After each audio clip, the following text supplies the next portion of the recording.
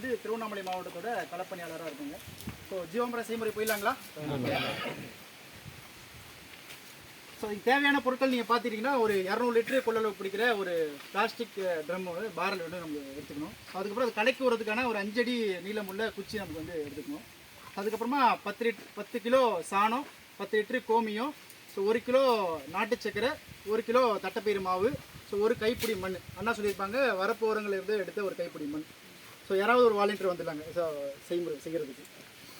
So 10 kilo ஒன்று கரைச்சிக்கலாங்க. Super மாவு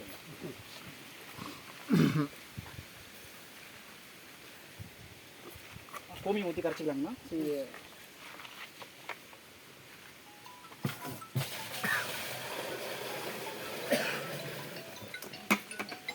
கோமியம் மாவு எடுக்கணும்னா வந்து நம்ம கோமியத்தில் தான் கரைக்க போகிறோங்க. கோமியம் பொறுத்தவரை எந்த அளவுக்கு நம்ம பழசாக இருக்கோ அந்த அளவுக்கு சிறப்பாக இருக்குங்க.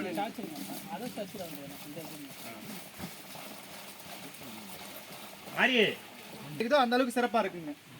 எப்பயுமே சாணம் புதியது ஒரு 24 ஹவர்ஸ்க்குள்ள அதுதான் புதியது டெஃபினேஷன். புதுசாக இருக்கணும் சாணம். கோமியம் எவ்வளோ பழசோ அவ்வளோ நல்லது. ஒரு நாளைக்கு மேலே போனாலே பழசு தான் இல்லையா? அப்போ அந்த செகண்ட் டேலேருந்து எத்தனை மாதம்னாலும் எடுத்துக்கலாம் மேக்ஸிமம். இது நம்ம செய்முறைக்காக தான். இது 10 லிட்டர் இருக்காது. ஸோ 10 லிட்டர் நம்ம மனையில நினச்சிக்கலாங்க. ஸோ இது கூட வந்து சாணம் போட்டு 10 கிலோ கரைச்சிக்கலாங்க. போட்டு கரைச்சிக்கலாம். சாணத்தோட குறைச்சிக்கலாம். பாதி பட்டா போதும். கொஞ்சம் ஒரு அள்ளி போட்டா போதும். கரண்ட் வேணுமா? இல்லை கையில் கரைச்சிக்கலாம். கையில் கரைச்சிக்கலாம்.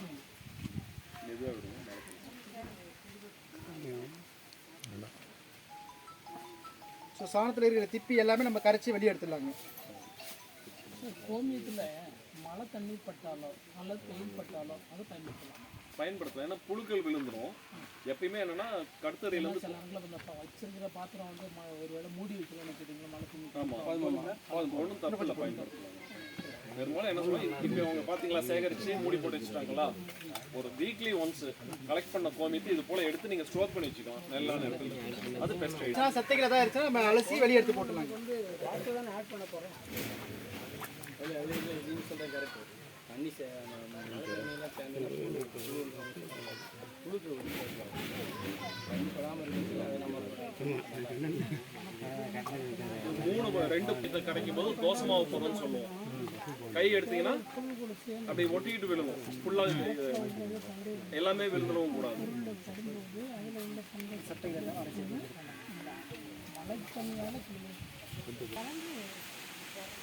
லிட்டரு பேரல்ல நம்ம ஆல்ரெடி 150 லிட்டர் தண்ணி வச்சிருக்கோம். ஸோ இப்போ வந்து கோமியத்தை கரைச்சி அதை ஊற்றுறாங்க. கோமியத்தை சாணத்தை கரைச்சி ஊற்றுறாங்க.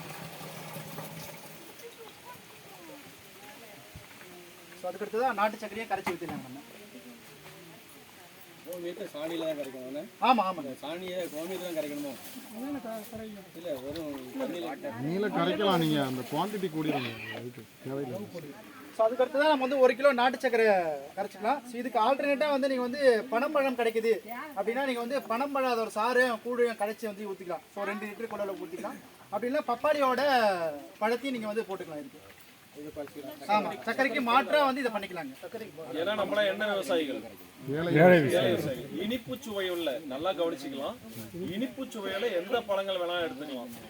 எலுமிச்சை குடும்பத்தை சார்ந்த பழங்களை தொடக்கூடாது.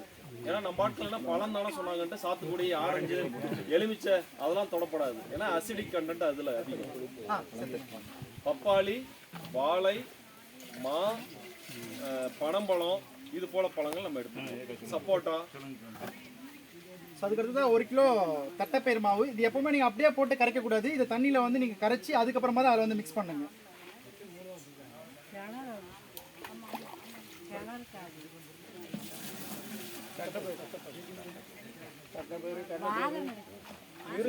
தாவரங்கள் பயிர் வகைகள்ல எது வேணாலும். நிலக்கல்ல பயிர் கிடையாது.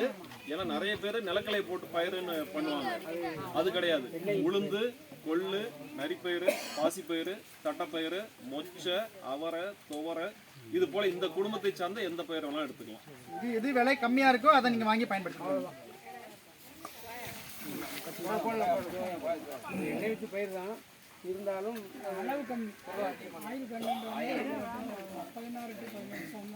இந்த நுண்ணுயிர்களுக்கு புரோட்டீனை வேணும். ஏன்னா உணவு தானே, புரோட்டீன் வேணும். அது எதுல இருக்குன்னா பயிர் வகைகள்ல இருக்கு. புரதச்சத்து கொடுக்குறோம். அப்புறம் நொதிக்க என்ன வேணும்னா ஒரு இனிப்பு வேணும். ஃபெர்மெண்ட் எப்போ ஆகணும், இனிப்பு இருந்தால் தான் நொதிக்கும். ஸோ அதுக்காகத்தான் நாட்டு சக்கரை ஆட் பண்ணுவோம். அதுக்கடுத்து தான் நம்ம எந்த வயலுக்கு ஜீவாமிர்தம் கொடுக்க போறோமோ ஸோ அந்த வயல்ல இருந்து எடுத்த ஒரு கைப்பிடி மண் நம்ம வந்து ஆட் பண்ணிக்கலாம். பலமான மண். நுண்ணுயிர் இருக்கு. So இந்த நுண்ணுயிர் வந்து அதில் பங்கி பெருகுது. அந்த ஒத்திசைவான நுண்ணுயிர்கள்னு சொன்னோம் இல்லையா, ஒத்திசைவான சினர்ஜிக்கல் பாக்டீரியாஸ் அப்படின்னு சொல்லுவோம். எந்த வயல்ல பயிர் பண்ண போறீங்களோ, எந்த வயல்ல விவசாயம் பண்ண போறீங்களோ அந்த மண்ணை எடுத்து போடும்போது என்ன ஆகுனா அதுல இருக்க நன்மை தீமை செய்யக்கூடிய இதெல்லாம் என்ன பண்ணும், இதுல வளரும். தீமை கம்மியாயிடும், நன்மை அதிகமாகும். ஒத்திசைவு அப்படின்னு சொல்லுவாங்க. ஸோ இது எல்லாமே நம்ம கலந்தாச்சு. இதுக்கப்புறம் வளஞ்சுழியா வந்து நம்ம 50 சுத்து வந்து சுத்தணுங்க.